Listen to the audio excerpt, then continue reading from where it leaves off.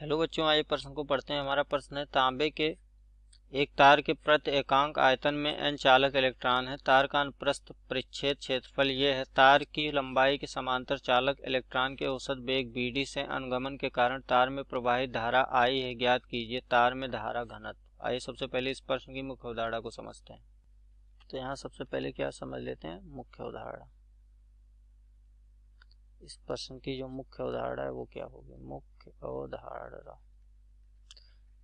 हम जानते हैं प्रश्न हमारा किस पर आधारित है, मुक्त इलेक्ट्रॉन पर। तो इस प्रश्न की जो मुख्य अवधारणा होगी वो क्या हो जाएगी, मुक्त इलेक्ट्रॉन।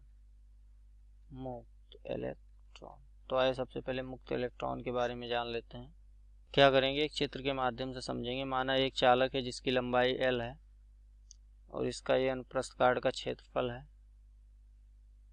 दोनों सिरे समान रूप के हैं, मतलब दोनों का जो क्षेत्रफल होगा दोनों सिराओं का अनुप्रस्थ काट का वो क्या होगा, समान होगा। ये A होगा, इस चालक की लंबाई L है।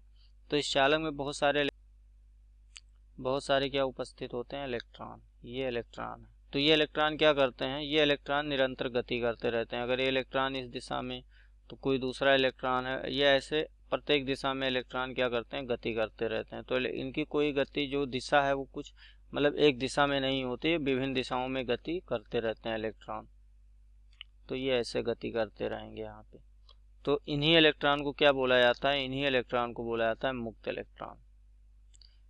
मुक्त इलेक्ट्रॉन इनको बोलते हैं, मुक्त इलेक्ट्रॉन बोला जाता है। किसी भी परमाणु के कक्ष में ना होकर उस कक्ष के बाहर होते हैं, मुक्त रूप से होते हैं, ये गति करते रहते हैं। जैसे बंद बर्तन में किसी गैस की गति होती है, गैस के अणुओं की गति समान रूप से ये इलेक्ट्रॉन गति करते हैं। आइए आगे इसको चित्र के माध्यम से समझते हैं थोड़ा और। अब हम क्या करेंगे, इसी चालक के दोनों सिरों को, इसी चालक के क्या करेंगे, दोनों सिरों को एक सेल या बैटरी से जोड़ देंगे। तो जैसे ही हम क्या करेंगे, इसको एक सेल या बैटरी से जोड़ेंगे तो इसमें विभवांतर आ जाएगा। ये B इसका विभवांतर है। तो क्या होगा, अब ये इलेक्ट्रॉन विभिन्न दिशाओं में गति ना करके किधर गति करेंगे, जैसे हम विभव इससे जोड़े तो धनात्मक सिरा, ये ऋणात्मक सिरा, तो इस चालक में क्या आ जाएगा, वैद्युत क्षेत्र आ जाएगा। और वैद्युत क्षेत्र की दिशा क्या होगी, धनात्मक से ऋणात्मक। तो जो जितने भी इलेक्ट्रॉन होंगे इसकी विपरीत दिशा में गति करेंगे, क्योंकि उन पे बल कार्य करेगा।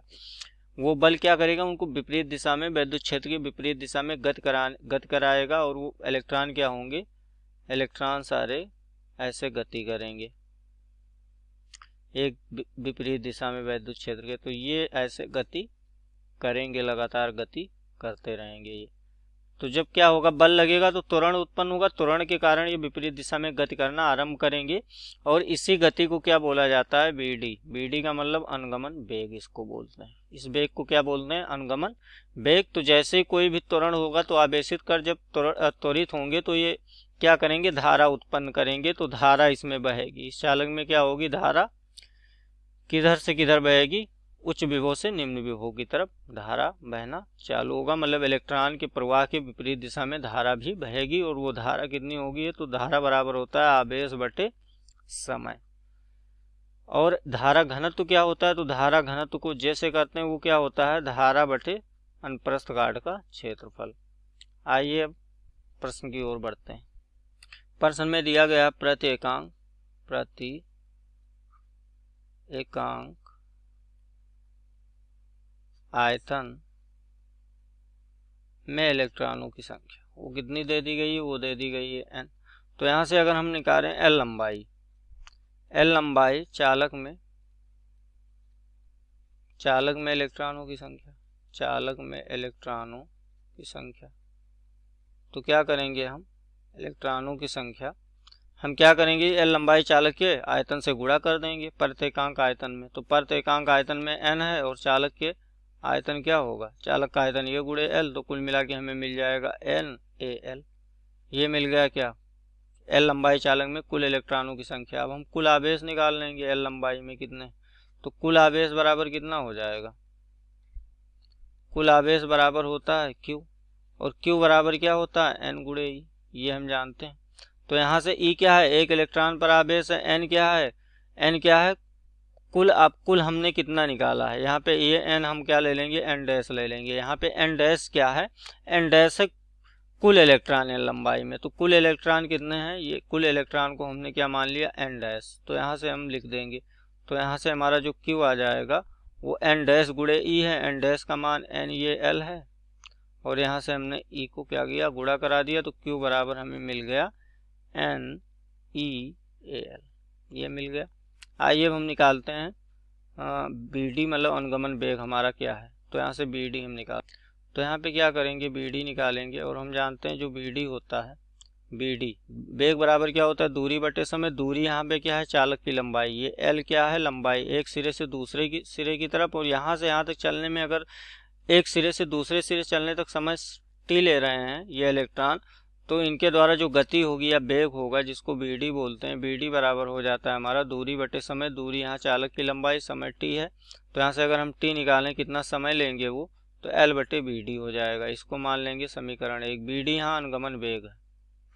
अब अगर हम धारा निकालें तो धारा बराबर हमें मालूम है क्या होता है, क्यू बटे टी, यही होता है क्यू बटे टी। क्यू क्या, आवेश बटे समय।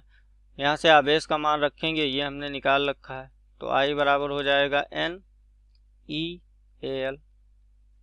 फिर यहाँ समय का मान रखेंगे समीकरण 1 से, एल बटे बी डी, तो एल तो नीचे आ जाएगा, बी डी कहाँ चला जाएगा, ऊपर हमारा चला जाएगा, तो एल से एल क्या हो जाएगा, कट जाएगा। यहाँ से आई बराबर हमारा हो जाएगा N E A B D. तो ये हमारा निकल के आ गया इस चालक में धारा कितनी प्रवाहित होगी, ये हो गया। आइए धारा घनत्व को जान लेते हैं। अब हम जानते हैं कि जो धारा घनत्व होता है, धारा घनत्व किसके बराबर होता है, तो धारा घनत्व हमारा होता है धारा बटे क्षेत्रफल, ये होता है सूत्र, अनुप्रस्थ काट का क्षेत्रफल।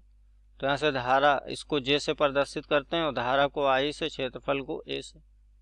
अब हमने ए निकाल रखा है, तो जे बराबर क्या हो जाएगा, ए हमारा दिया N E A B D, नीचे भी ये, तो ए से क्या हो जाएगा, कट जाएगा, तो जे बराबर जो धारा घनत्व है वो हमारा क्या आ जाएगा, एन ई बी डी।